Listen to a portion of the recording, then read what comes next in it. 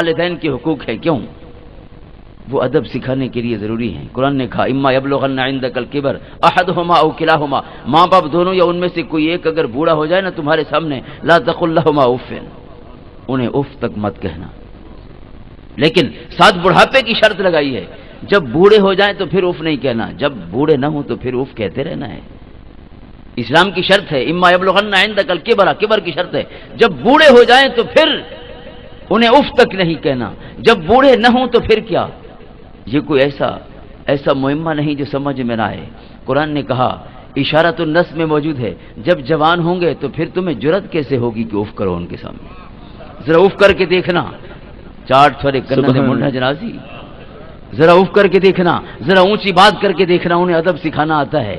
اس عمر کی بات نہیں ہے جب وہ خود مختار ہیں اور خود اپنا بدلہ لے سکتے ہیں، جب تم ان کے نگہبان بن جاؤ گے، جب تم طاقتور ہو وہ کمزور ہو جائیں گے، وہ تمہارے زیر دست ہو جائیں گے، تمہارے دست نگر ہو جائیں گے، جب اس کیفیت میں ہوں گے، جب تم طاقتور وہ کمزور ہوں گے، تو قرآن کہتا ہے جب کمزور ہوں گے تو پھر ان کا تحفظ ان کا رب فرماتا ہے، پھر ان کا تحفظ ان کی حفاظت کے انتظام ان کا رب فرما رہا ہے کہ انہیں اف تک مت کہنا۔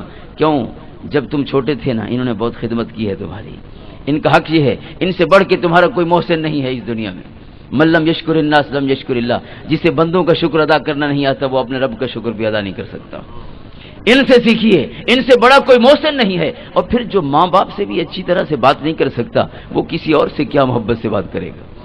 جو ماں باپ سے بھی اپنے گھر میں تمیز نہیں سیکھ سکا، جو ماں باپ سے بھی طریقے کی بات نہیں کرتا، وہ کہیں اور جا کر کیسے تمیز والا بنے گا؟ اس کی تعمیر شخصیت باہر کہاں ہوگی؟ اس نے تو گھر میں سیکھنا ہے، کردار سازی تو یہاں پہ ہونی ہے۔ لہذا قرآن کہتا ہے لا تقل لہما اف ولا تنہرہما وقل لہما قولا کریما، انہیں جھڑکنا نہیں ہے، اور جب بھی ان کے سامنے منہ کھولنا ہے تو محبت سے بات کرنی ہے اور اچھی بات منہ سے نکالنی ہے۔ واخفض لہما جناح الذل من الرحمہ، ان کے سامنے کبھی اکڑنا نہیں ہے، رحمت کا بازو جھکا کے رکھنا ہے۔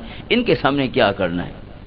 جنہیں جمنا سیاتو ہوئے ادیگو کیرا فخر، جنہیں پتہ ہے ہاں وغیرہ وغیرہ، جنہیں پتہ ہو، جن کے سامنے تم پیدا ہوئے ہو، جن کے ہاتھوں میں تم پلے ہو، ان کے سامنے کیا بڑائی دکھاتے ہو، انہیں کیا اپنا روب دکھاتے ہو؟ وہ سب کچھ جانتے ہیں، تمہارے ان کمزور ترین دنوں کے بھی وہ گواہ ہیں، جب کوئی نہیں جانتا یہ جانتے ہیں۔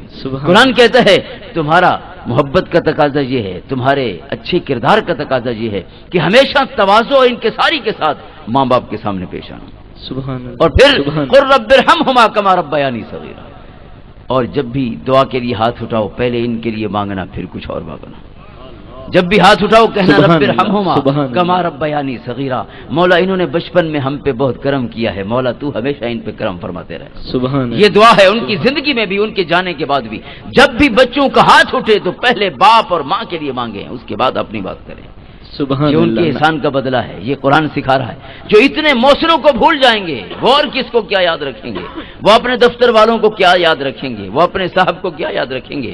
وہ اپنے پڑوسی کو کیا یاد رکھیں گے جو اپنی ماں کو یاد نہیں رکھ سکا، جو اپنے باپ کو یاد نہیں رکھ سکا، جو ان کا شکر ادا نہیں کر سکا، وہ اپنے رب کا شکر کیسے ادا کرے گا؟